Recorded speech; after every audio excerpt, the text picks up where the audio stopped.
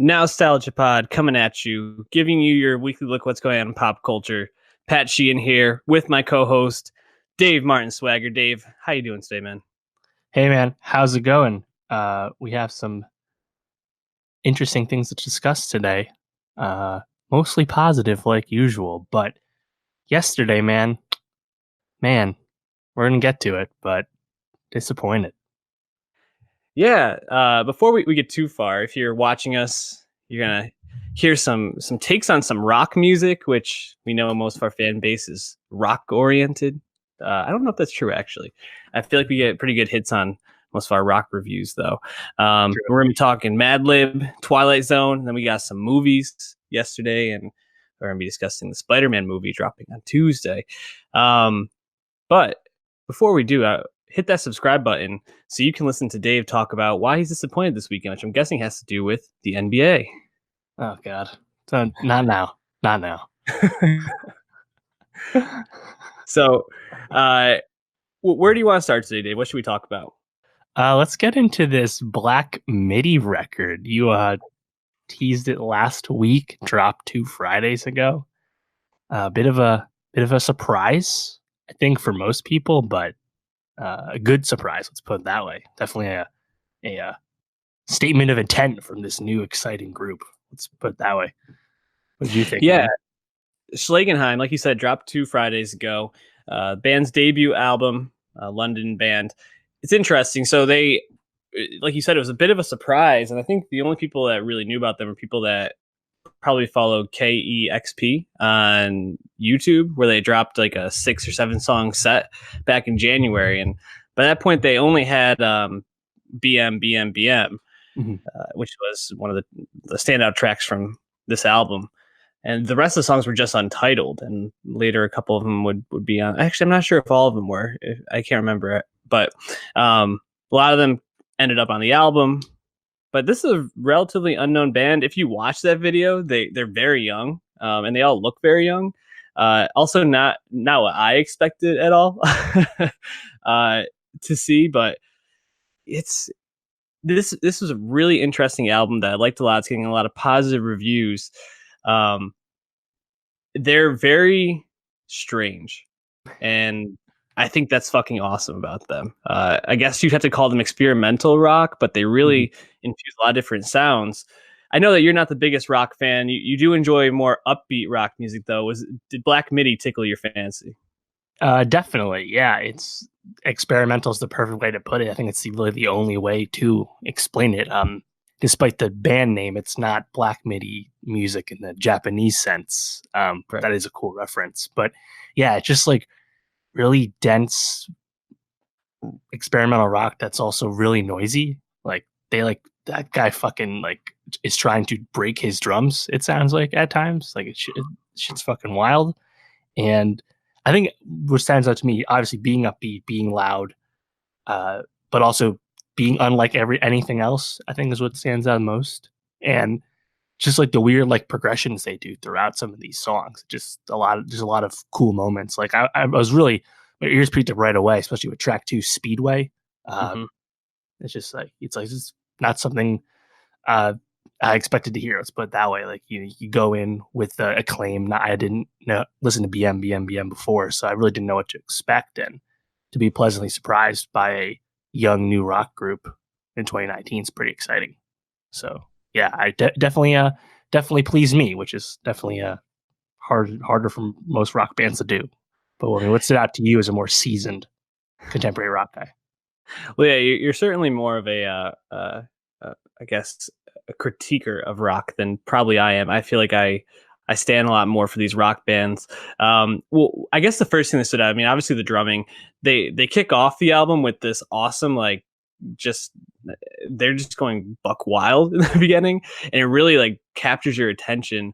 And it does eventually kind of give way to this more, I don't know, a more traditional rock song by the end of 953. But like you said, then it goes into Speedway, which is this like Talking Heads-esque song. Which if you listen to 953 and then that song, you have no idea what direction this band is going. And it's kind of how the whole album goes, that from song to song, it's something different, something pretty fascinating. I also really, really dig. His name is Jordy Greeps. I really dig his vocals. He reminds me a little bit of Josh Kiska from Greta Van Fleet mixed with Alt J's Oh. John Newman. Like if you mix them together, I feel like that's kind of the voice that comes out. Um, and it's like this high pitched, but also kind of like weird froggy type voice. It Mhm. really works for them though, and it like helps their strange vibe really come through. Um, we mentioned BMBM, like that. Like you go back to that experimental sound, it literally has like women like screaming in the background with these like really obscure, weird lyrics to it. She moves with a purpose. It's just like so strange, but it's like almost enchanting. There's nothing really like it doesn't feel like there's anything super special about BMBM, but it still is like really fascinating. Yeah, I agree. 953, Speedway, BM. Those are the three tracks that I like the most, but very few down moments. Yeah, I thought the whole sequence really breezed for me. I think that just speaks to how upbeat it is and also how much it changes. So Yeah. exciting stuff. Yeah, I agree. We're going to talk about Black Keys here in a second, but it's really interesting to listen to these two records back to back, which I did the other day, because the lyrics on this album are very obscure in most of them, except for probably near DTMI, which I think stands for Detroit, Michigan, speaking about like the water crisis in Flint. But the rest of them are pretty obscure. I mean, I think one talks about like a pink caterpillar with like 6 children or something like that, and like it's strange, but um, I think the thing that makes them a really exciting band is I think back to what we talked about with Spoon a lot when we reviewed them last year, and what really stands out about Spoon makes them such a great band is they're so tight, and like at this point, like they play together, they can go off on little solos and tangents and really pull it back and just be a tight band again. With Black Midi, it feels like they're constantly on the verge of like exploding and almost like losing control, but they never seem to. And you talked about that Hmm. drummer. His name is Morgan Simpson, and he really like is the driving force behind this band. His energy just comes through in almost any video you watch of them.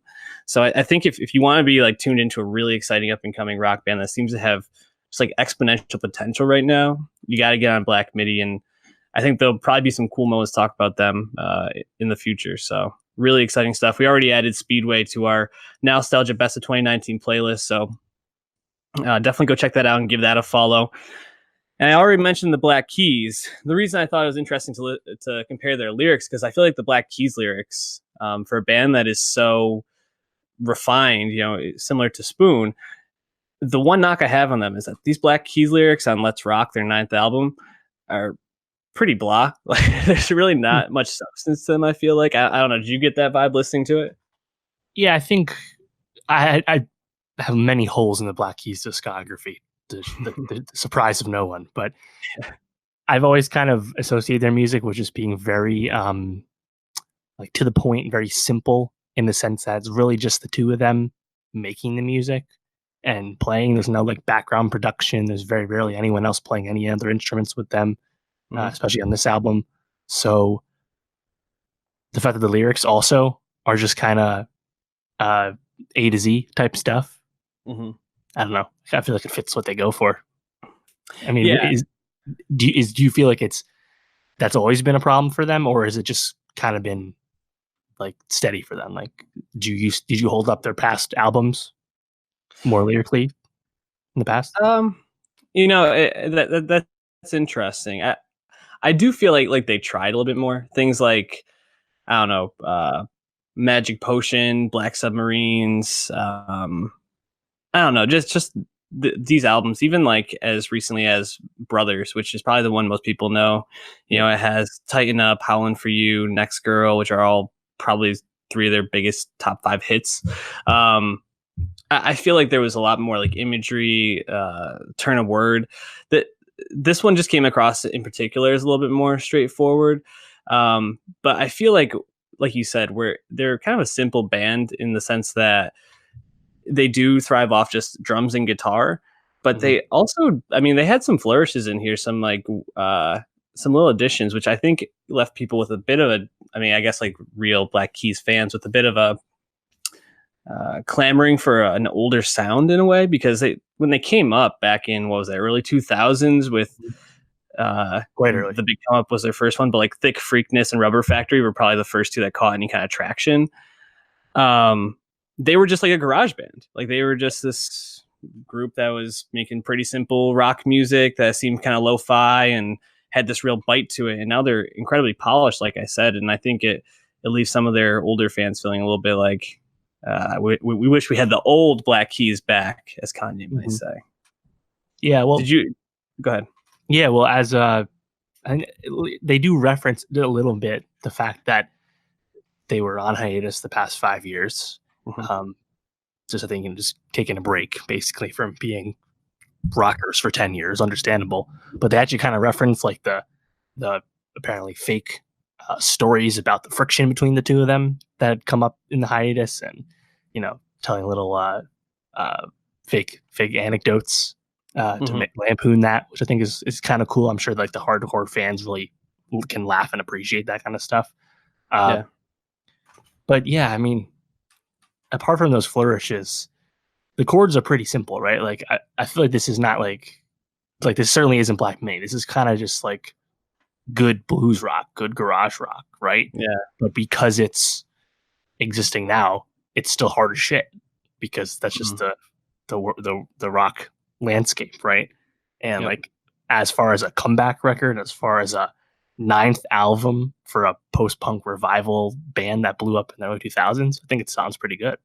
So I like it a lot. Yeah, I'd agree. I mean, I think the thing I would say about this album is it's very catchy. And for rock music to come across and be ear-catching, I don't want to say it's necessarily pop rock, because I think there's a lot more to it than that. It's very much like 60s, 70s classic rock in style. Yeah. I saw a lot of people comparing it to ZZ Top, which I think feels correct. Sure. I really enjoyed the moments though where they like added like female backing vocals, or even a song like Breakdown that begins with like an electric sitar in the beginning. It really adds like a whole new element where it does feel like they're experimenting and trying to do more than just stick to that classic formula, which they do really well. I mean, Shine a Light and Get Yourself Together were probably two of my favorite songs, and they both are just these awesome guitar driven ballads. Like it's a simple formula that works, but I do like when they go outside the box a little bit. Why doesn't Dan Auerbach get more love?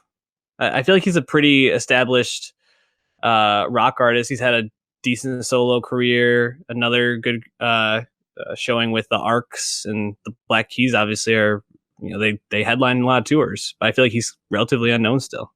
Yeah, I mean, they won a lot of Grammys. I feel like almost all their albums got Best Rock Album nominated too.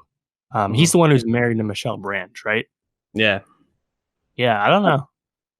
He's certainly not like held up as like a Dave Grohl type. You're right. Yeah, it's funny, they feuded with Jack White a couple of years ago, and I think there's still a bit of like a underlying feud where Jack White feels like they've ripped off a lot of his sound, which Jack White is so pretentious. But I don't know, man. It feels like he should get more respect. He's had 3 different successful types of rock adventures so far in his career, and really, I feel like unless you're kind of tuned into the rock scene, like I think people know who Jack White is, but I don't think people know who Dan Auerbach is unless you are really tuned into one of his bands. So yeah. I don't know. I just was thinking about that the other day. Any songs that stood out to you other than the ones we've already mentioned from this album? Yeah, I liked Go. That was the one where they make fun of the friction stories. Yeah, Go is a good one. I didn't really have any tracks on here I disliked. So I think if you want to give this a listen, it's a fun, 40 minutes or so, 38 minutes. Yeah. Tell me about Madlib and Freddie Gibbs. You said you wanted to cover this album. You told me to listen to 2014's Pinata. I did. Loved it. Listened to Bandana. Liked it. Not as much, but I liked it a lot. Tell me about this grouping and just kind of like how they came together.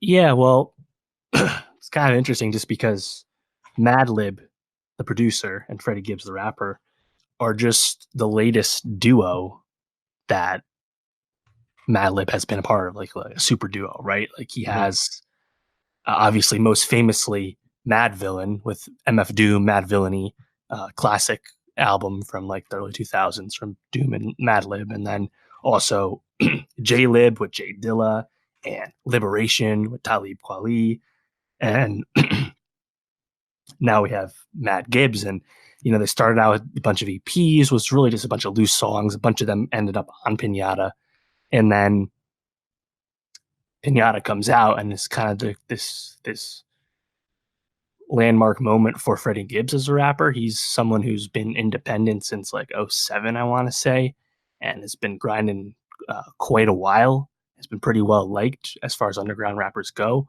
But Pinata, just the union of Gibbs's gruffness, his matter-of-factness with the incredibly unique, you can't match it production that Madlib has been doing for 20 years. And it's just really exciting stuff. And then to hear them come back 5 years later, taking their time and actually getting a bit of major label distribution for this new record, Bandana, it felt like they were, really happy to work together again, because I think this is the first time they actually worked in the studio. The last time they just kind of worked, through email, like a lot of people in the industry do. So, yeah, very interesting. Just because it feels like the natural arc for Madlib. It's just like the latest stop for him on his crazy career. But for Gibbs, this is truly like a coming out party, and I think kind of just cementing his status as like one of the most underrated, underappreciated rappers we have. But yeah, it's just exciting music for sure. I mean, so what did you like so much about Pinata when you listen to it? Well, listening to Pinata, I guess I went in thinking, knowing a little bit about Freddie Gibbs, not as much about Madlib. I was expecting it to be a little bit more like hard rap, trappy, and it really has this like soulful vibe where Madlib really uses a lot of soul samples, guitars, choruses, and it really makes it this like really funky, living, groovy album to listen to. And Gibbs just kind of flows over it. And I think boy, that's his claim to fame, right? That he can rap over any beat. Like he's pretty flexible is what he kind of bills himself as. And I think he does that pretty well. I don't think all of it was perfect, but I texted you, I was listening to Robes, and the end of that, I don't know. I didn't really care for like the last minute or and a half of speaking. But right. when Robes was going, like Earl Sweatshirt, Domo Genesis, and Gibbs all really flowed over that perfectly, and then it goes right into Broken with Scarface, which I also really liked. And I was digging the whole album up to that point. So it's like, man, like the whole thing just flowed, and I was really floored. Is Madlib always like this soulful in terms of, or is he more like, does he have a different style depending on who he's working with? Definitely different depending on who he works with, but yeah, he's like a throwback producer. Gotcha. The samples, as you recognized, a lot of layered production.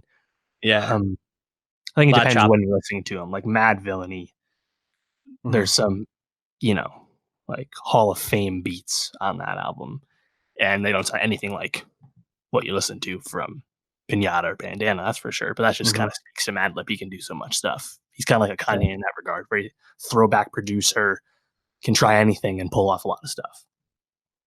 Yeah. Did you like Pinata as much as I did? Oh yeah, I think Pinata fucking rules. The features are so choice too. Like they're kind of sprinkled in, but you reference Earl and Damo and Danny Brown's on there, Absol, Mac Miller on there, Scarface. It's great. And Gibbs is a guy who I hadn't really. I mean, I had known about him forever just because he's a name you always would see in the blogs and stuff. But he was just one of those artists who I never really made a conscious effort to dive into and learn about, because he had a big back catalog, and I was just like, just ignoring it. And then I think when he had a brief stop in jail, and then when he came back with Pinata, as well as those two solo albums, Shadow of a Doubt, and then You Only Live Twice in 2016-17. I think those albums, when I saw those, I kind of went back, listened to Pinata for the first time, and like you really kind of just figure it out. And last year he had two mixtapes, one just called Freddie, which I loved, and then another one with Currency and Alchemist called Fetty, and those were great. We didn't even cover them on the pod, fortunately. I got to them a little late, but and you kind of realize like, oh, this guy's just like consistently great, and Mhm. even if sometimes maybe the projects have a little filler at times, it's like Freddie Gibbs filler is still kind of a high bar. So I was definitely anticipating Bandana, especially once they uh, kind of just started releasing those singles. I think Flat Tummy Tea was the first one, and then Crime Pays, and then Giannis with Anderson .Paak, and then again, it just feels like a big flex that you get Anderson .Paak to do a feature, and it's like, oh, this sounds like old school, like peak Anderson. It's like Mhm. any disappointment over Ventura is totally gone when you hear this Anderson feature. So Yep. I had a lot of hype going in. That's for sure. And did Bandana live up to your potential, or what you were expecting? Sure. Yeah, I think it did. I think Pinata is better.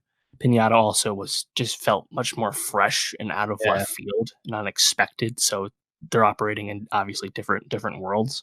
Hmm. But having all that hype from the hardcore fans as well as new people that are going to come to this because the major label push is going to just get it into more ears. I still think it really delivers what you want from these two. Again, the unique, hard to describe layered production from Madlib, as well as just incredibly introspective, matter of fact bars from Gibbs. And Hmm.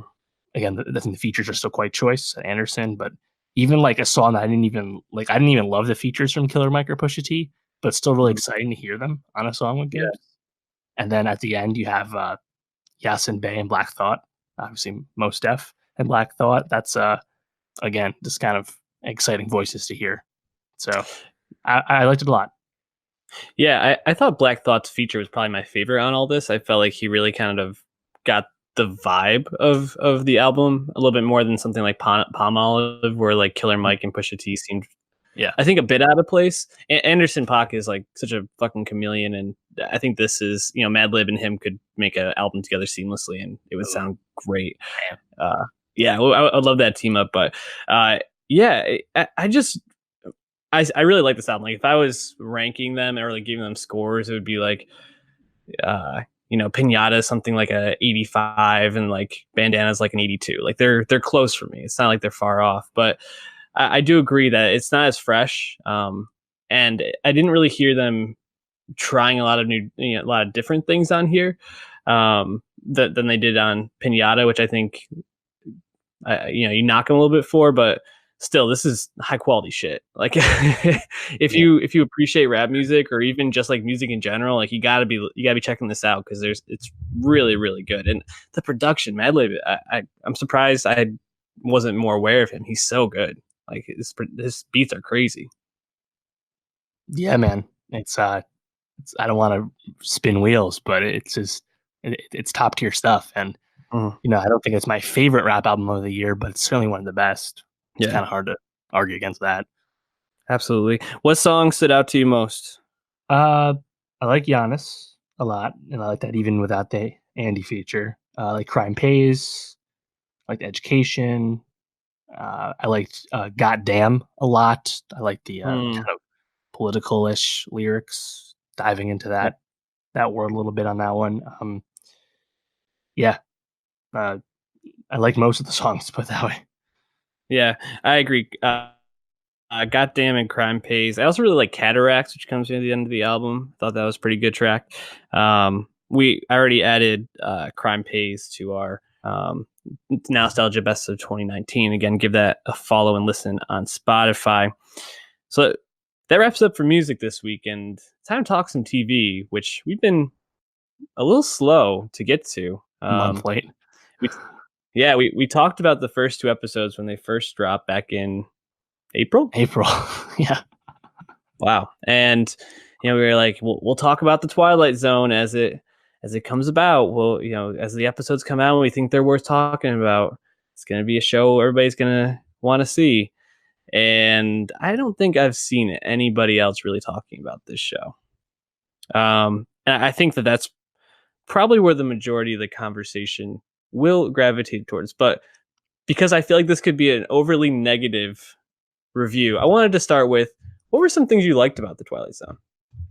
Yeah, I like we talked about this a little bit on the review of the first salvo of episodes, but I like that this is clearly existing. This is also a negative. We'll talk about the negative part, but it's clearly existing in like the 2019 space as far as the Twilight Zone goes, right? So Hmm. the observations on society are thus uh, updated for today. Yep. And I think when this anthology show shined the best in this first season was when it was trying to craft stories around episodes that actually felt like of the moment. The third episode replay, as well as the seventh episode, Not All Men. Um, Maybe they weren't the subtlest displays, but I like that that's where they try to take it. And there's actually like at least trying to actually provoke some thought, even if the conceit might be easy to grasp and maybe the episode lengths are too padded out, you know. Hmm. So I like that. I think when there are good episodes of this season, I think it's just overall it was not as frequent as everyone expected. Yeah, I think that that's a good way of putting it. I think what I liked about this is the Twilight Zone is obviously an iconic television show, and this version is a little bit different. It's a little bit longer than I think most of them were back then, or I feel like a lot of them fell into like the 30-minute, maybe even only 40 minutes, and Yep. this was a little 20 bit minutes.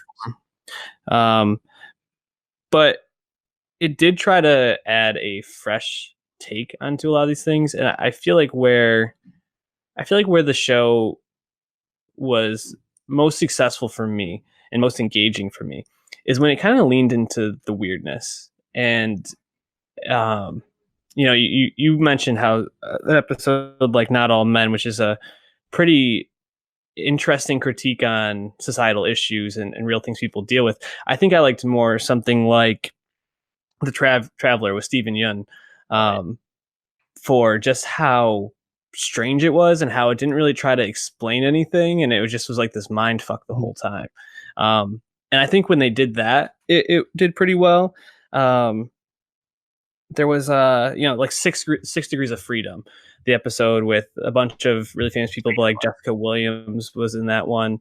um I really liked that because it felt like a very like confined, it was a big story, but within a small setting, which I thought really worked well. I feel like when they try to do big things is when it really just didn't land. Something like Replay, which kind of a small story, but within this bigger scope of racial violence and racism in society, and um, I felt like that was a bit on the nose at the end and didn't necessarily have the impact it could have. So I feel like that's kind of my biggest critique and why I think Right.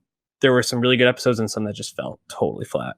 Yeah, honestly, and I think a negative for a lot of the episodes was just that the audience just kind of gets the conceit or figures out the logical conclusion, gets the point much sooner than the episode does.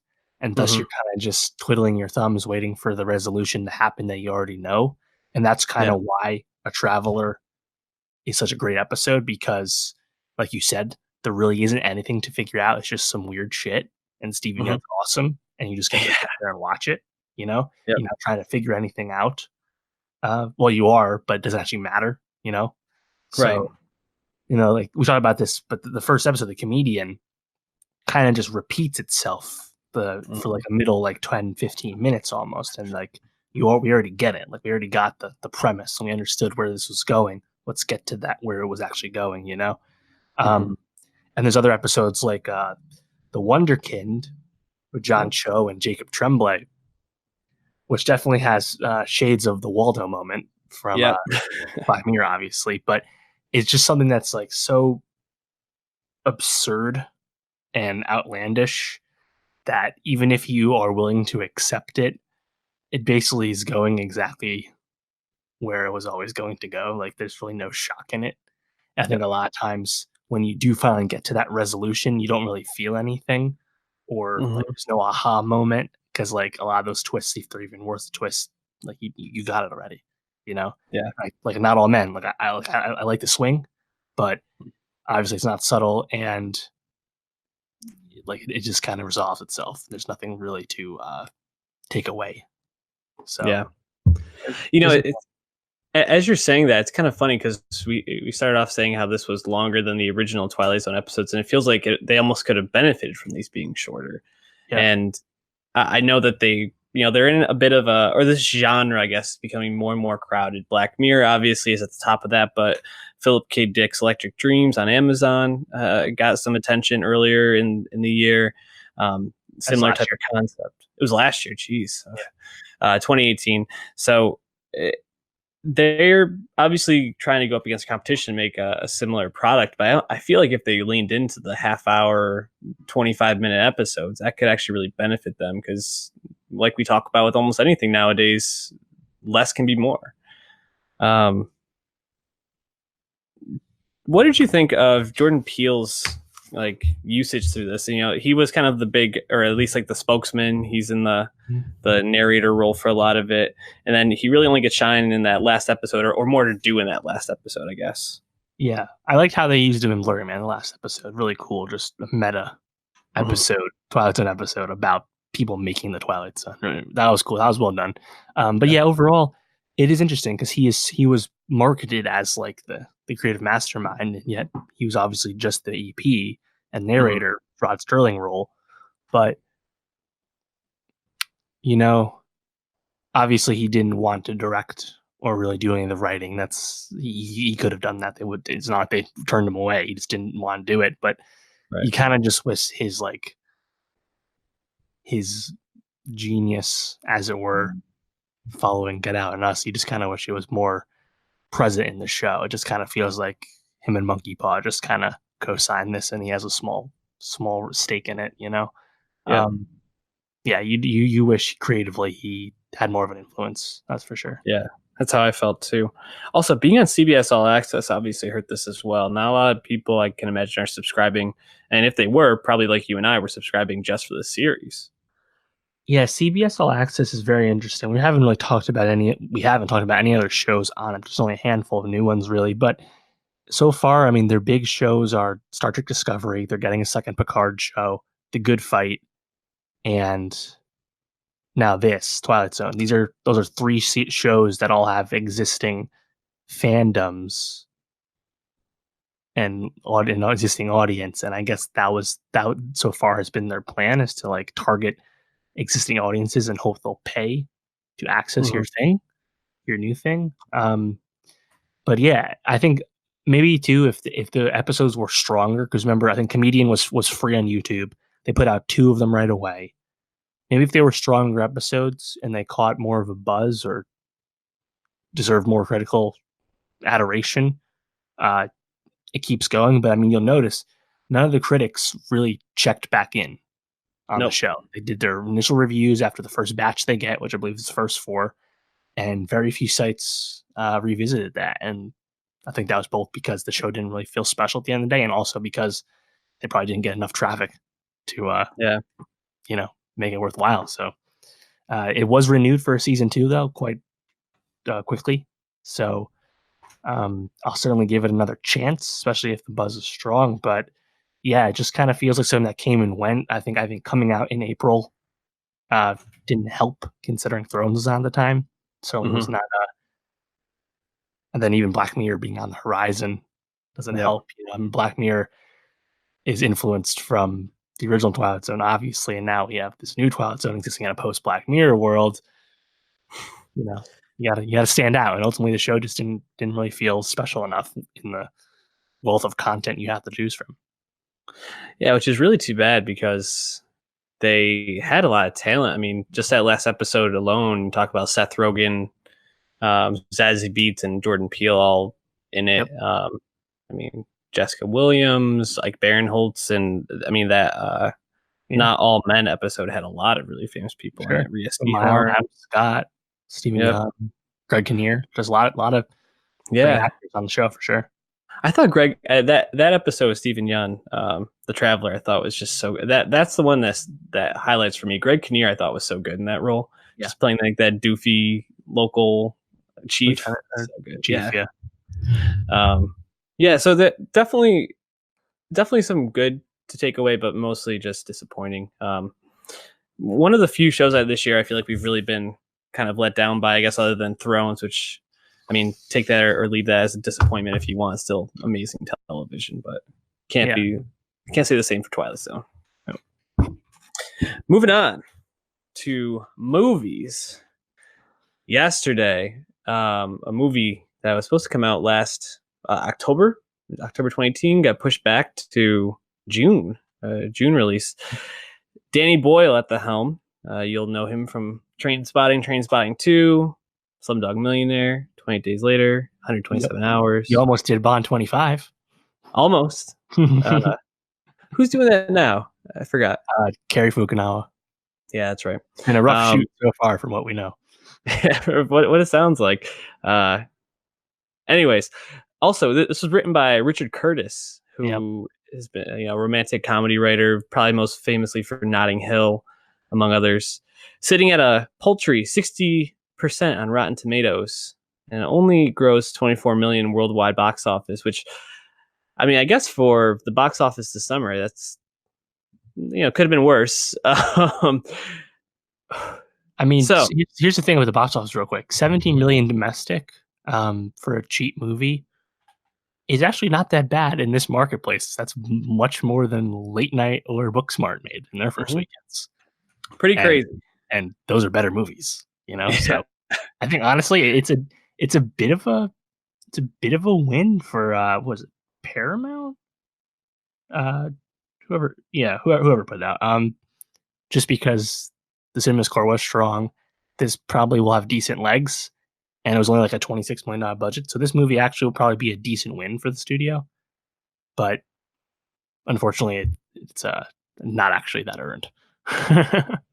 Yeah, I think 60% is kind of right around where I would rate this movie. It's disappointing in the sense that the concept is, I mean, it's a slam dunk. It's, if you do an elevator pitch for this movie, you're like, holy shit. The highest of high concepts. But then to boil it down to basically like a romantic comedy felt so disappointing in terms of what they could have done and what it was. I really just left the theater being like, the Beatles are good. Beatles are very impressive as a band. The fact that they wrote and composed all these songs together, and like at least like 50, 60 Beatles songs, even if you're just like a regular person, pretty insane. That was my main takeaway. What about you? Yeah. Similar to Bohemian Rhapsody and Rocket Man, it is a movie that makes you want to listen to the back catalog. Mm-hmm. And yesterday licensed like damn near 20 Beatles songs. That certainly wasn't cheap. And the best moments of the movie is when you're hearing those songs, usually from the vocals of Himesh Patel, who I did like in this movie. But just, that concept, which is the whole central conceit of the trailer. The trailer doesn't really let on that it's more rom-com-y. It really just kind of focuses on the story, and like they even tease the whole like he'll get exposed later on, right? They all tease that in the trailers, but it just feels like Curtis, whoever did another pass on the script, they didn't know where to take it. They just kind of threw their hands up and said, actually, let's just pivot on this. And they don't really do any exploration of the concept, despite the fact that anyone can think of so many interesting things you'd want to know or you want to see the story explore, at least not at. It just doesn't make any effort to do that. It ultimately is just a very conventional story that happens to have this high concept.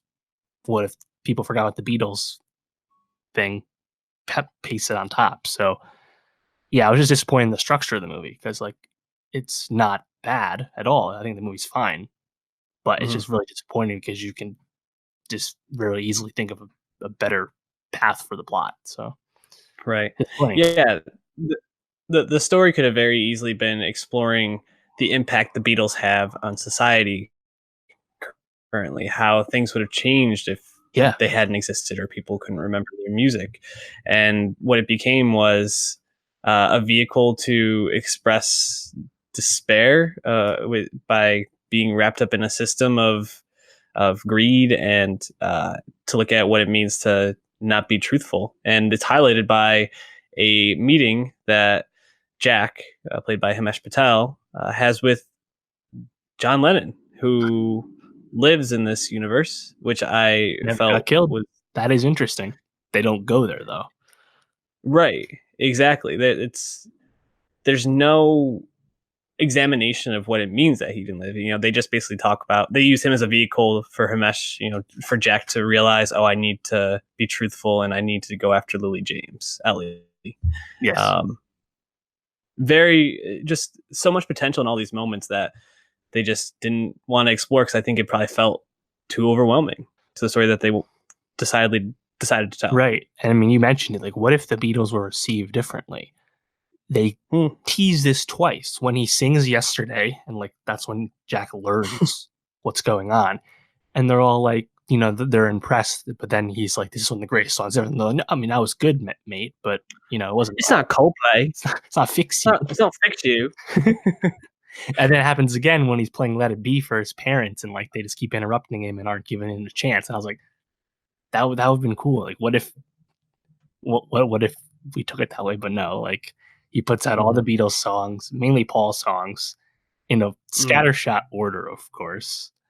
And then he goes and sees Lennon. Not the songs he remembered, apparently. Whatever. But I mean, there were a few other things too. Like, we can talk about Ed Sheeran. I actually quite liked Ed Sheeran in this, but the whole scene with his label, with all the clapping and like the label exec being really money hungry, but just it was an obviously lampooning of the major label system and how it affects pop music. But it just had it, or at least for me, that like they thought they were being like really clever and like, see how the labels always fuck over the artists, but like it wasn't subtle at all.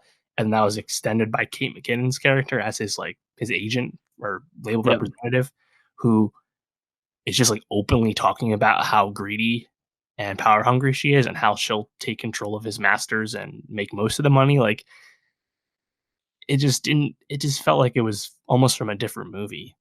Like this weird commentary on labels. Meanwhile, you're not actually exploring any other of the more interesting thoughts. I don't know. It just bit of a Frankenstein movie. Yeah, and you have some really talented people in this. Lily James, I thought, was pretty good. You remember her from Baby Driver. She's also in Hobbs and Shaw. No, She's in Darkest Hour. She's in the Mamma Mia movie. Mamma Mia, that was the other one. Really, really charismatic actress, but she has very little to do in this, fortunately. You have Kate McKinnon in this too, whose character is basically an 80s caricature of a villain. It's hard to really even describe how outlandish she is and just how like vile of a person they make her out to be. Right. And just totally unrealistic, which, I mean, you suspend belief for a movie like this anyway, because the guy wakes up and the Beatles and Coca-Cola and cigarettes don't exist in this world. I mean, as well as Oasis, which is a pretty funny moment. And also, I mean, I have a lot of things to nitpick, but one nitpick I just want to say while it's on my mind, he plays this thing at the end to win Lily James back, right? And the song that made her fall in love with him is Wonderwall, which he could totally just have played Wonderwall there at the end, and that could have been like a interesting like callback to like win her back and whatever, like jar this memory. And he just doesn't play any songs. Just like, yeah, I love you, and these are the 4 people that actually wrote these songs, and here's a mixtape. And Ringo Starr's name isn't actually Ringo Starr, so he doesn't even give the real person credit, which is very interesting. It's just a stage name. So this person in this universe would be like, no one knows who the fuck Ringo Starr is, but Paul McCartney, John Lennon, George Harrison are real people. Just very, I guess, it's befitting the Beatles lore anyway. Yeah, to go back to some of the nitpicks, you said Ed Sheeran, you really liked him. What did you like about his performance? It just felt like it was very self-aware, bit of acting from Ed. Like, he's kind of just making fun of himself. And like when what's his name was like, he's like, oh, listen to the album, man. And Ed's like, oh, really? And he's like, yeah, didn't like the rapping. Think you should leave that to the brothers. That was hilarious. Like, the fact that Ed would let that line be spoke to him, it's just quite self-aware. And I think he always kind of comes across that way. I think of the Thrones cameo. But I Was this actually think that positioning him using as him, using Sheeran as like the Deus Ex Machina to jumpstart Jack's career. I liked it. I just thought it was kind of entertaining, even if the whole "let's write a song in 5 minutes" battle didn't seem likely. Also, nor did him playing like a 500-person room in Russia. Like he's already at peak Ed Sheeran. We know that songs like "Shape of You" are out, so this is like, you know, he's selling guy out billion, Wembley? right, billions of streams guy. He sells out arenas everywhere, not just in the States, not just in England. But So Moscow, he's playing what? House of Blues?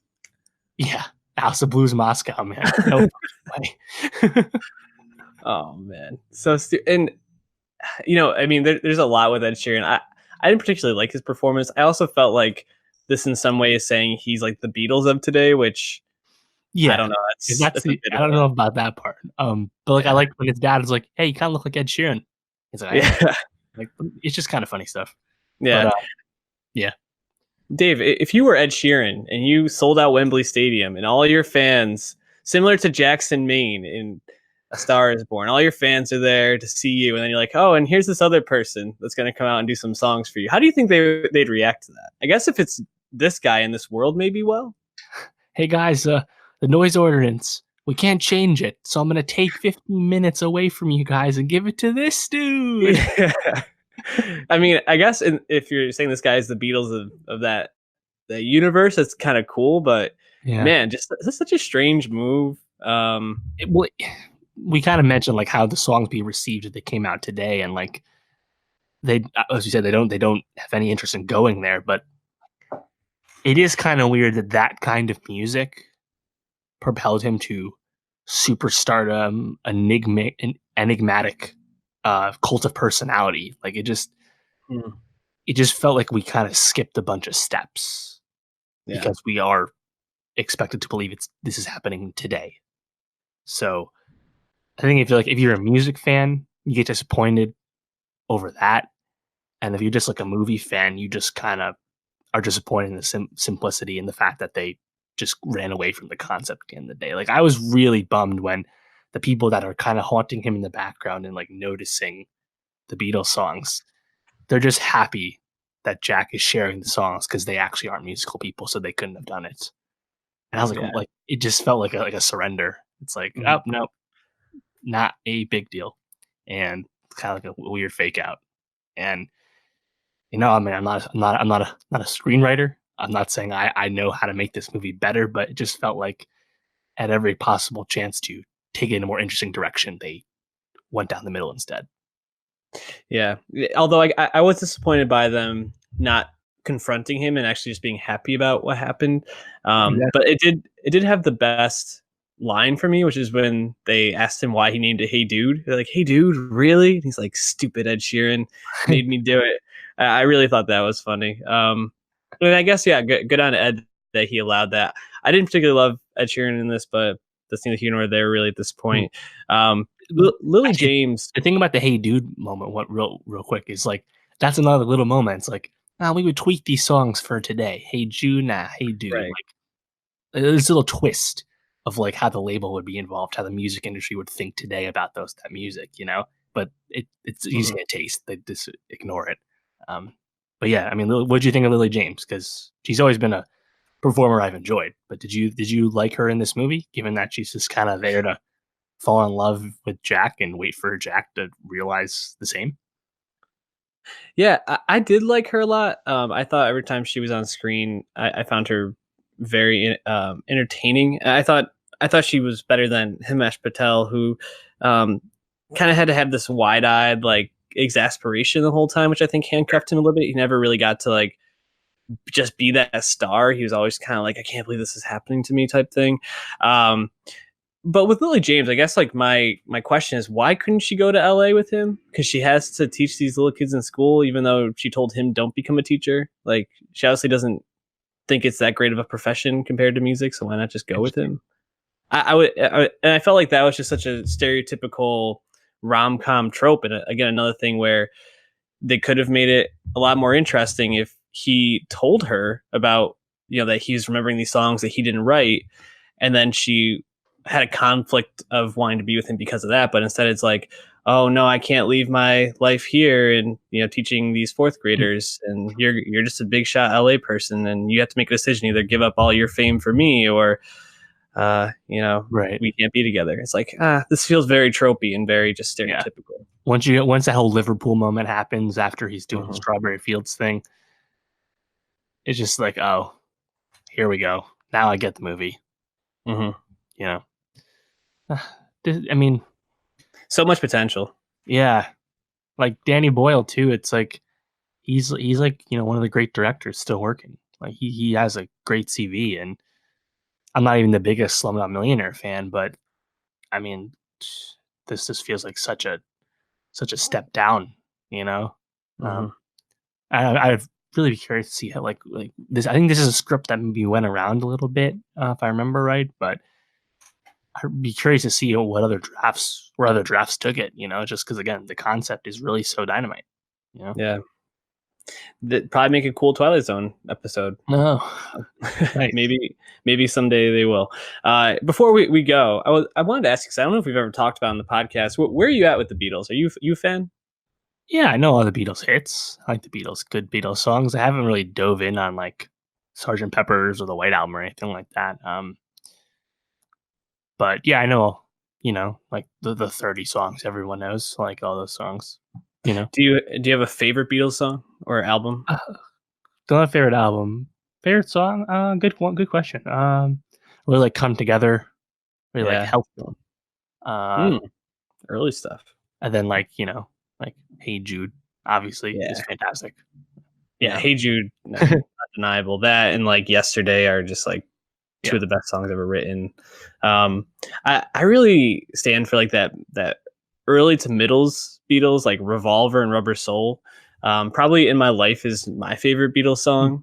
song. But it really jumps around. Like I have a friend that every like couple months will just like ask her like where we're at with the Beatles, like what's our top five, and I feel like every time there's like a two or three different ones in there, along with some of the ones I usually have. So they're just so good and so diverse. Go watch Yesterday, ignore all the Ed Sheeran stuff on the soundtrack, and then dive in from there if you haven't really dove into the Beatles. Be my recommendation. So I guess that's it for Yesterday. Moving on to Spider-Man Far From Home,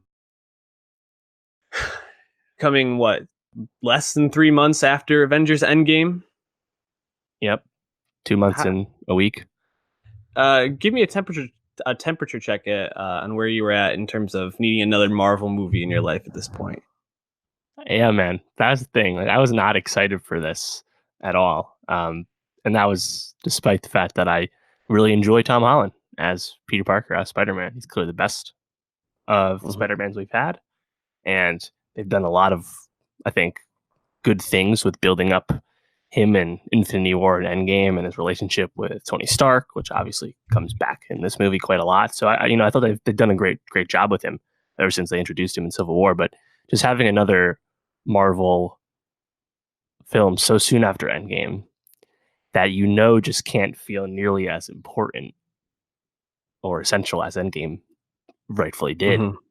It just felt a little unnecessary. I guess kind of like Ant-Man 2 last year after Infinity War. Just because the stakes are much lower in Far From Home, and that is, I think, a good thing for the movie itself. But because this movie can't escape the universe it's a part of, it just felt inessential to me, and that was kind of my Mhm. fear going in. I still enjoyed it, but yeah, I was not like super jazzed about this one. What about you going in? Yeah, I was. I mean, I think everybody's seen that that they released Avengers Endgame, trying to get that final push to get it past Avatar, um, and it hasn't gotten there. And I think a lot of people are feeling a little bit of superhero fatigue, especially because Endgame was such a climax to this 10-15 year buildup, and it's 10. it's a little weird to be like sitting down to watch Spider-Man, Peter Parker go on a class trip, and there's no other superheroes in this, especially because spoiler alert, we find out Mysterio is actually not a good guy, which if Yeah, you know anything about Spider-Man, it's exactly. pretty well known. Not a Yeah. good guy. Um, yeah, I found this film to be quite enjoyable in the second half. I found the first half of it, I was kind of sitting there like, I don't know if A I needed this. Don't little know if I slow. needed this. Yeah. Um, it it really picks up for me, I think, right after the twist. Which again, not much of a twist, but the way that the movie shot, you feel like Jake Gyllenhaal's Mysterio Hmm. is going to be the next Avenger, the next Tony Stark, so to speak. Um, and turns out he's not. But then that's when things get good because the movie becomes kind of like super weird after that. You know, there's that scene where uh, Mysterio finds out that Peter figured out what's going on, and then he just starts doing all the like different holograms and imagery, and it's kind of like like a bad acid trip in a way. Yes. And I feel like that's when the movie starts to really hit his stride. Um, Very and Scarecrow-esque. Shout out Batman yeah, Begins, you know? great call. You said you agree with me that the first part of the movie was a little bit slow. Tell me more about that. Like, what did you feel like you didn't like or didn't work for you? Yeah, well, I think the movie, like, as like a teen comedy movie about teenage characters and like going through the ups and downs of having a romantic life at that age. I think that's actually done well, and it's nice that the Peter Parker story we're getting now is framed that way. But it just kind of felt like we were just kind of going through the motions, you know. And I think a big part of this is like I really like Zendaya, and she's great on Euphoria, but her MJ stick through the beginning of Far From Home as well as Homecoming is just intentionally like more grating. She's like not Mhm. like a personable character at that time until she kind of changes a little bit when she figures out that Peter is Spider-Man later on in the film. And I just kind of been finding her a tough hang. Like I Mm. don't know, the momentum of conversation just kind of has been dying with her. And I'm sure plenty of people don't mind that and liked how it's been going. But that was always an issue for me. But you know, it's like I like Peter, I like Nick. You know, they're good, they're fun, they have great chemistry. They feel like genuine friends. But it just felt very by the numbers. Let's just get going on this trip and up here's some threats and here's Mysterio. Nothing felt essential or special about any of the setup. So it was just kind of dragging. Yeah, I think the only two pieces that felt essential and important were um, all the imagery of Tony Stark that kind of hung over everything. Yes. That felt pretty essential in terms of explaining the second thing that was important, which was the Peter tingle, you know, which I thought was a pretty funny running gag throughout. Um, but I do think that spoke to the deeper impact that the consequences of Endgame are having on the world at large, but Peter in particular, who's obviously just totally not himself. And you know, to be dealing with a world that's on two very different levels. You know, the very small story of this high school kid in Queens who just wants to tell the girl he likes that he likes her, and then there's obviously the larger stakes of the blip. And I actually thought that Yep. was explained really Sure. smartly. And done really well with what's named Brendan Davis. Mhm. I thought that was a pretty funny um, thing. How he was, you know, 5 years ago he was just this little dweeb, and now he's like this, you know, Mhm. big buff teenager that all the girls think is hot. Yeah. I thought that was pretty funny. Um, I think there are some parts of the setup that were effective, but in terms of like Mysterio and everything with that, I didn't really find that super engaging. You know, it's just these big like earth, you know, elemental type monsters that are coming out of nowhere, and he's shooting this green stuff from his hands at them, and it was just kind of like I don't know. It's something about that didn't totally work in terms of grabbing me. Yeah, I just would like to like ask some kids that like don't know Mysterio and be like, did you ever think he was good? Did you just know he'd be a bad guy right away? Just because you've watched enough movies, you figure that out. Like, I'd love to just pull some of the younger audience for this movie and be like, was this tracking for you guys? Did you guys like this? Because we liked Gyllenhaal in the role. I thought he did great, but knowing he's a illusionist, a trickster of sorts, it's really hard to believe anything you're seeing. So I feel like the twist that does come must really land much better if you have no idea it's coming. And I guess that's just that's an unfortunate, aspect of this, knowing the source material in this case. This doesn't come up that often, I suppose. But yeah, you're right. I like how this kind of served as an end game afterward. You get a lot of scenes, obviously, with Peter, but also even Happy's role in the story and continuing this Tony Stark lineage. I didn't expect that. But the way they set up Civil War Homecoming, and the last two Avengers movies, Peter has been very integral and connected to Tony. So I guess it makes sense that they would try and put a bow on that. I don't know about you, but it felt as soon as he gives the Edith glasses, Enos, whatever it was, to Quentin Beck. Yeah, it's like, oh well, this is clearly a bad idea. Like that was pretty contrived, I guess.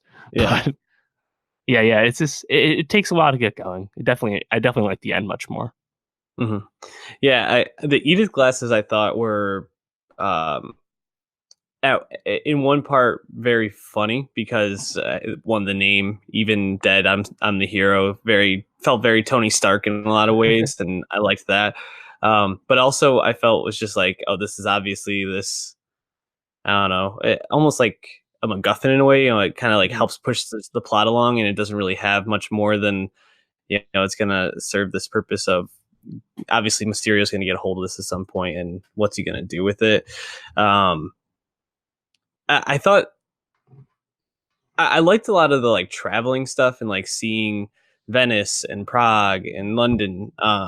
But I also kind of found myself wishing he could just be Spider-Man for a while. And I know that was part of Peter's conflict, but kind of like the Night Monkey stuff and things like that. I was just kind of like, man, just like, everybody knows that Spider-Man has gone and fought with the Avengers at this point. Couldn't you just say like, oh, he must just be the only Avenger available right now? And like, do you really think people are going to figure that out? I don't know.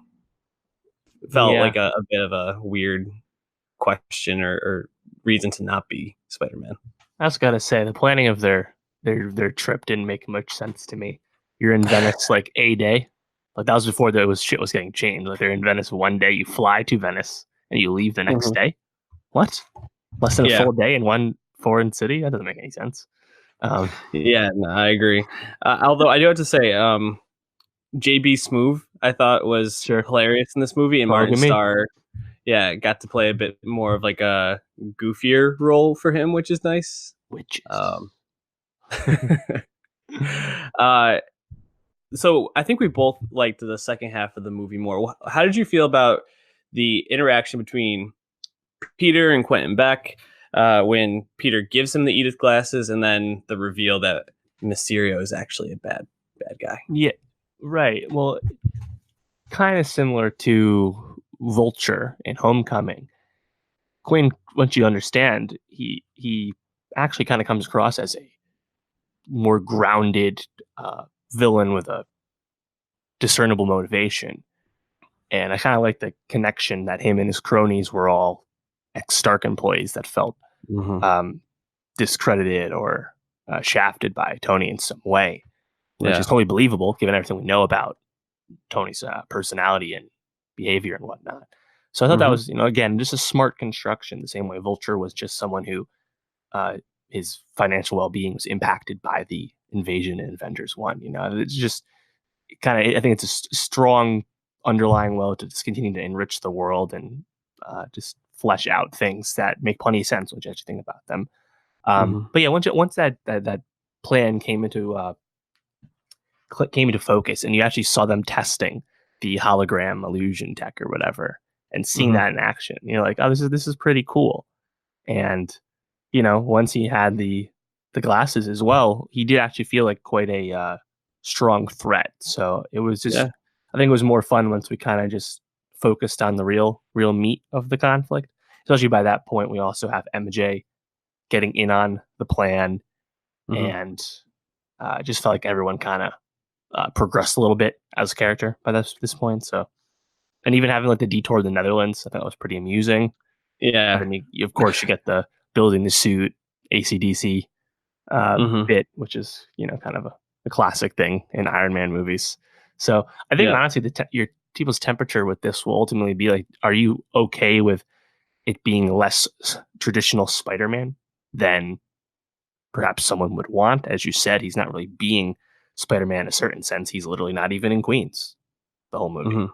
So is that okay? Yeah, I think that they do a good job. And at this point, I think like getting international kind of makes more sense. I kind of like that the scope is at least a little bigger than just the city, because it just feels like we're past that with Spider-Man, considering he's been in space and died and Hmm. come back and all that. So, and then obviously the post-credit scene, I think, kind of ups the ante on that as well. So, Yeah, yeah, certainly. it's once we know Mysterio's true colors officially, I think it just picks up a lot more, and obviously the visuals get a lot better with all the illusion stuff. Yeah, absolutely. The illusions and just seeing the height of Beck's powers really did make him feel really formidable. And I also felt like the final battle scenes, and also that scene I mentioned before where Mysterio is kind of fucking with Peter and they gets hit by the train. Um, I thought was Yep. really cool to watch, and just like the visuals of it were very interesting. And I know people usually critique these movies for devolving into a bunch of people punching each other and just fighting, but I really felt like this was a really, really well done final battle scene, especially when Peter has to use a spider tingle at the end and go through that hallway to get to Mysterio. I just thought that was like one of the best fight scenes they've probably done. Yeah. Um, Really, really cool. Um, it kind of ends. He goes back to New York City and back to Queens. He's open with MJ, and they're in a relationship. But he's open with her about being Spider-Man at this point. He's swinging her around. Movie ends. Very happy. Then we get to the mid-credit scene. It's there's a video leak to the J. Jonah Jameson Daily Bugle. dailybugle.net Alex Jones type spinoff. Yep. And there's a video of Mysterio saying Peter Parker like did all this, basically putting the blame for all people that died in these things on Spider-Man, and then revealing that Spider-Man is Peter Parker. How did you feel about that mid-credit scene and kind of how it sets up the next Spider-Man movie? Yeah, I like how it ups the ante, getting his identity out there, at least Mm-hmm. attempting to paint him as a villain in the public eye. I mean, no one believes that'll actually last, but good idea. Cool Mm-hmm. path to go down. And of course, it's great to see J.K. Simmons back. Everyone loved him as Jameson in the Raimi Spider-Man trilogy last Mm-hmm. decade. And even though he's been Gordon in the DCU more recently, have him come back for this. Why not? It's pretty cool. Wouldn't be shocked if that was the last we see of him and he's not actually in the next Spider-Man film, but still really cool nod, while also actually a bit of an effective post-credits scene that actually teases the next Spider-Man movie and doesn't just tease or try and connect to something else in the larger MCU. So I like Mm-hmm. that. Yeah, I think it really sets up the next movie and the stakes of it really well. Love J.K. Simmons. He's always fun to watch, especially when he gets to ham it up as J. Jonah Jameson. Um, yeah, I mean it's going to be interesting because I feel like this happens almost with every single superhero in a sense, but I feel like this happened in a lot of the other Spider-Man movies where people are like, oh, is he a good guy or a bad guy? But this actually very clearly paints him as a bad guy, at least in the public eye. So that will be an interesting through line. We also get another post-credit scene where it turns out that Nick Fury and I always forget her name. Agent Hill. Yeah, Agent Hopeless Motive. Hill were actually the green guys and not the blue guys, the Kree, The Scrolls. You got the it. scrolls. Fuck. The Skrulls from The shapeshifters. Captain Marvel, Ben Mendelsohn, and I forget who plays the girl. And people were pretty excited about this reveal. It's revealed that they're calling Nick Fury, who's out in space somewhere, working with the Skrulls to um, do some project that we don't know of yet. How did you feel about that final post-credit scene? Yeah, it was really hyped up as having like large scale implications for the MCU. And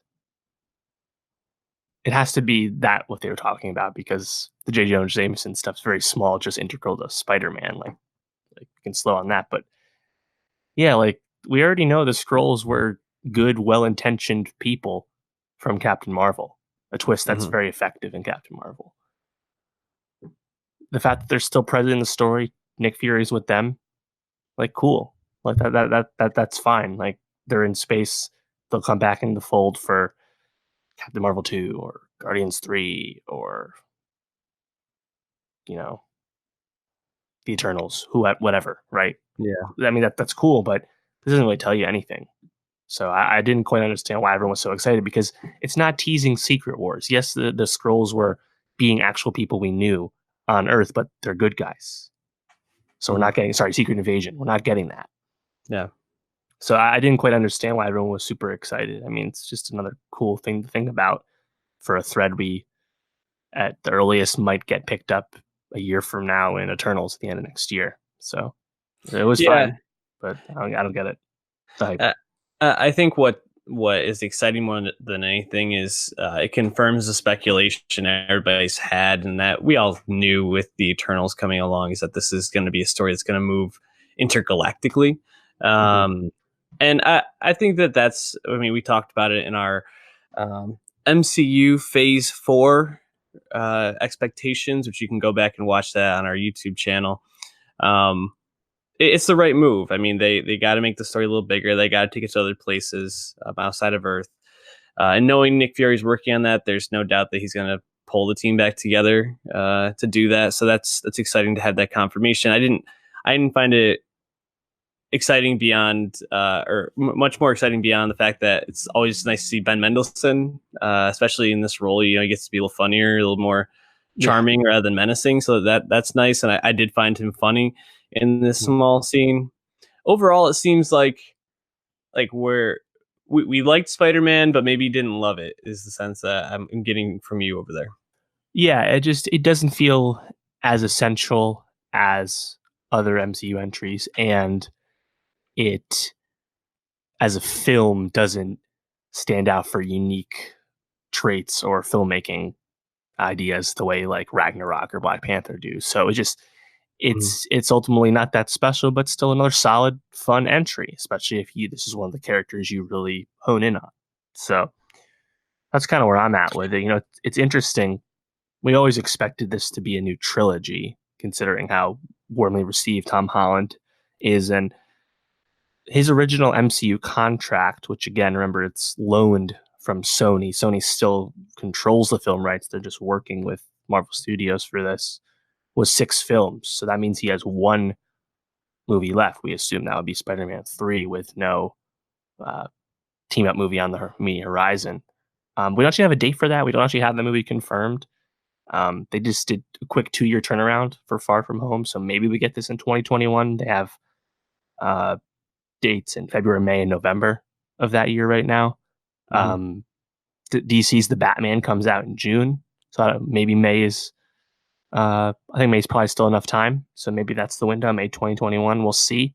I wouldn't be opposed to them. Just, again, take your time. Let it come out when it's ready. You don't have to rush this. You got plenty of other stuff. And I think everyone's kind of expecting the villains to be some kind of Sinister Six introduction, with Vulture and Scorpion still around from Homecoming. So, and also they teased Donald Glover in Homecoming. He could become Prowler, who we obviously saw in Spider-Verse. So we'll see about the future. Obviously, we're going to get Tom Holland again. He's 23 and a big hit in the role, so he'll be back. Yeah, I'm excited to see more Spider-Man. They really have set him up to be the leader of these Avengers. So I'd be very surprised if this next movie is his last one. Moving forward, I wanted to do a quick Jake Gyllenhaal appreciation conversation. Yeah, absolutely. I found him fantastic as Quentin Beck, slash Mysterio for this film. He's really been seeming to have a moment recently. Me and you have been talking a lot about this video where he was on this radio station and standing Sean Paul pretty hard, which we found hilarious. He's just it's really interesting to think about where he comes from. He starts off, really breaks through with Donnie Darko. Yep. Then does the same year does Bubble Boy, and you're kind of like, all right, Bubble Boy, got some attention, pretty funny. Not a movie that's probably held up very well, I'd imagine. You don't say. But then he has the Prince of Persia. He does Jarhead, Zodiac, Brokeback Mountain. In that time, I think he wins an Academy Award at least for the film, winning Best Picture. Yep. He's had a pretty up and down career, but more recently seems to be appreciated. Where are you at with your Gyllenhaal vibes? Right. Well, this is the first blockbuster he's been a part of since Prince of Persia, which was 2010. It's been a while. Obviously, that movie was not well received, did not make a lot of money, and he kind of took that on the chin. Then he went from there, and he made a lot of, more artsy movies, Source Code, Duncan Jones, End of Watch, David Ayer, a bunch of Denis Villeneuve roles, Nightcrawler, Dan Gilroy, just kind of picking his spots. He's in Okja. He's in Wildlife last year, movie we talked about. Sisters Brothers, he's just kind of been picking and kind of doing the Pattinson playbook before Rob started doing it. Just pick great directors, pick interesting, weird roles that kind of are in the face of your natural star power. And meanwhile, throughout this whole time, he's been thrown around in all kinds of blockbuster casting, specifically superheroes. Like, I know he was thrown around for Batman multiple times. And obviously they finally scooped him up for Mysterio, but it's actually a role that he's allowed to use his personality, use his acting chops. It's not like just like a suit villain, the way like Corey Stoll had to do in Ant-Man 1, where even though he's a likable performer, he's not really given anything to do besides just kind of be obviously menacing, obviously bad. Right. And I think the twist, as it were, even though it wasn't surprising to most of us, still kind of lends itself to a fair amount of range from Gyllenhaal in this role. So yeah, it's I think it was a really smart way to get back into the super mainstream this way. And looking at his upcoming projects, there's really nothing else of this scale, but it definitely feels like he made a full comeback after kind of having some ups and downs in the mainstream consciousness. So pretty exciting in that regard. Yeah, I just want to say you overlooked Velvet Buzzsaw when you were talking about these artsy films he's been in. At least I didn't hear you mention it, but maybe I missed it. No, I mean, did I overlook it? Yeah, check out a review on that. But yeah, shout out to Gyllenhaal. It's interesting that he started off his career with such acclaim and then had this big flop in Prince of Persia, and then has just kind of like just gone smaller and smaller until this. Wildlife, we really liked his performance. He thrives when he's weird, and it's what I find most fascinating about that is that he has everything you need to be a traditional movie star. He's got acting chops. He's incredibly handsome, very charming in most of the films that he's in.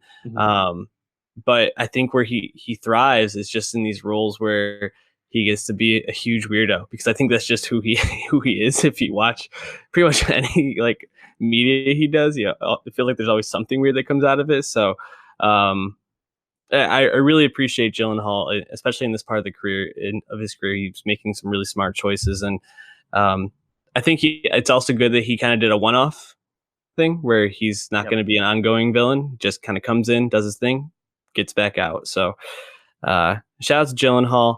Anything else you want to talk about with Spider-Man before we wrap up? Nah, man. I'm very, very much looking forward to this 10-month break now before Black Widow, which is still not officially announced, but is being filmed as we speak. So it'll be a nice little layoff, and I'm sure people will have some excitement, especially when it's end of next year comes around, we get something truly new in Eternals. What's the next DC? The Joker? Yeah, Joker, end of the year, which is not actually in the DCU, but still cool. And then beginning of next year, we have Birds of Prey, and then Wonder Woman 1984. Enjoy the superhero time off, people. You can't complain about superhero fatigue after a layoff like this. So. Yeah. Yep. What do we got for next week? So next week's a bit of a small week. I'm sure we'll add some stuff to it. But right now we have Stranger Things Season 3 on Netflix. Of course, one of the remaining monocultural shows in a certain sense. Very popular, obviously. We will not be discussing Midsummer from Ari Aster, the A24 horror film. But that's supposed to be great, so check that out. We might get to it eventually. Maybe. Dreamville is releasing Revenge of the Dreamers 3. That's J. Cole's label, J. Cole, Jid, etc. Excited for that. We've reviewed a lot of their solo projects recently, so this should be cool. I'll be sharing my thoughts on Last Black Man in San Francisco, movie I quite enjoyed, saw a few weeks ago. Probably throw some Emmy nomination predictions in there. Those are coming around, and a few other musical projects that come up we'll sprinkle in. So always stuff to talk about. Stay tuned. Hit that subscribe button if you're watching on YouTube. Go to soundcloud.com/nostalgiapod to find us anywhere you want, and go to our Twitter page at nostalgiapod and follow us there and interact with us. We appreciate you. We love you. Happy 4th of July. Peace out.